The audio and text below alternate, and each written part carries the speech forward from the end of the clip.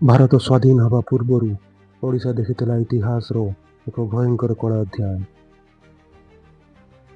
ଓଡ଼ିଶା ମାଟିରେ ଯେତେବେଳେ ପ୍ରଥମେ ଇଂରେଜମାନଙ୍କ ପାଦ ପଡ଼ିଲା, ସେତେବେଳେ କେହି ଭାବିନଥିଲେ ଯେ ଆଗକୁ ଆସୁଛି ଦୁଃଖ, ଶୋଷଣ ଓ ବିଦ୍ରୋହର ଗୋଟେ ଭୟଙ୍କର ଅଧ୍ୟାୟ। 17ମ ଶତାବ୍ଦୀରେ ଇଂରେଜମାନେ ବ୍ୟବସାୟ କରିବା ନାମରେ ଭାରତକୁ ଆସିଥିଲେ। ସେମାନଙ୍କ ଲକ୍ଷ୍ୟ ଥିଲା ଧନ, ମସଲା ଓ ବ୍ୟବସାୟ। ଆରମ୍ଭରେ ସେମାନେ ସାଧାରଣ ବ୍ୟବସାୟୀ ଭାବେ ଆସିଲେ, କିନ୍ତୁ ଧୀରେ ଧୀରେ ଭାରତର ରାଜନୀତିରେ ହସ୍ତକ୍ଷେପ କରିବା ଆରମ୍ଭ କଲେ।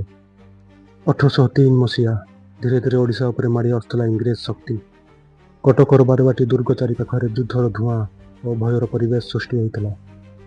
ଗୋଟିଏ ପଟେ ଥିଲେ ନିଜ ମାଟିକୁ ବଞ୍ଚାଇବା ପାଇଁ ଲଢ଼ୁଥିବା ଓଡ଼ିଆ ସୈନିକ, ଆଉ ଅନ୍ୟ ପଟେ ଥିଲେ ଆଧୁନିକ ଅସ୍ତ୍ର ଓ ଚାଲାକି ସହ ଆସିଥିବା ବ୍ରିଟିଶ ସେନା। ଗୁଳିର ଶବ୍ଦ, ତୋପର ଗର୍ଜନ ଆଉ ଲୋକମାନଙ୍କ ଚିତ୍କାରରେ କମ୍ପି ଉଠିଲା ସମଗ୍ର କଟକ। ଶେଷରେ ବାରବାଟୀ ଦୁର୍ଗ ଉପରେ ଉଡ଼ିଲା ବ୍ରିଟିଶ ପତାକା। ପ୍ରଥମେ ଲୋକମାନେ ଭାବିଲେ ଓଡ଼ିଶାର ଉନ୍ନତି ହେବ, କିନ୍ତୁ ସତ୍ୟ ଥିଲା ଭୟଙ୍କର। ଇଂରେଜମାନେ ଅଧିକ କର ଆଦାୟ କରିବା ଆରମ୍ଭ କଲେ। ଚାଷୀମାନଙ୍କ ଜମି ଅଧିକାର କରି ନିଆଯାଉଥିଲା। ଗରିବ ଲୋକମାନେ ଭୋକରେ ମରୁଥିଲେ, କିନ୍ତୁ ଇଂରେଜମାନେ ନିଜ ଧନ ବଢ଼ାଇବାରେ ବ୍ୟସ୍ତ ଥିଲେ। 1866 ମସିହାରେ ଆସିଥିବା 9 ଅଙ୍କ ଦୁର୍ଭିକ୍ଷ ଓଡ଼ିଶାର ଇତିହାସକୁ କମ୍ପାଇ ଦେଲା।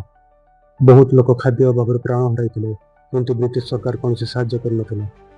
ଏହି ଅନ୍ୟାୟ ବିରୋଧରେ ଓଡ଼ିଶାର ଲୋକ ଚୁପ୍ ରହିଲେ ନାହିଁ। ପାଇକ ବିଦ୍ରୋହ ଭଳି ଆନ୍ଦୋଳନ ଇଂରେଜ ଶାସନର ଭିତ୍ତି କମ୍ପାଇ ଦେଲା। ଓଡ଼ିଆମାନଙ୍କ ମନରେ ସ୍ୱାଧୀନତାର ଅଗ୍ନି ଜଳି ଉଠିଲା। ଜଙ୍ଗଲର ଘନ ଅନ୍ଧକାର ଭିତରେ ବର୍ଷା ଓ ପବନକୁ ଅଣଦେଖା କରି ବୀର ସୁରେନ୍ଦ୍ର ସାଏ ନିଜ ସହଯୋଗୀମାନଙ୍କ ସହ ଇଂରେଜ ଶାସନ ବିରୋଧରେ ରଣହୁଙ୍କାର ଦେଇଥିଲେ। ତାଙ୍କ ଆଖିରେ ଥିଲା ସ୍ୱାଧୀନତାର ଅଗ୍ନି, ଆଉ ହୃଦୟରେ ଥିଲା ଇଂରେଜ ଶାସନକୁ ଶେଷ କରିବାର ଦୃଢ଼ ସଂକଳ୍ପ। ଦୀର୍ଘ ସଂଘର୍ଷ ପରେ 1947 ମସିହାରେ ଭାରତ ସ୍ୱାଧୀନ ହେଲା। ଓଡ଼ିଶା ମଧ୍ୟ ବ୍ରିଟିଶ ଶାସନରୁ ମୁକ୍ତି ପାଇଲା।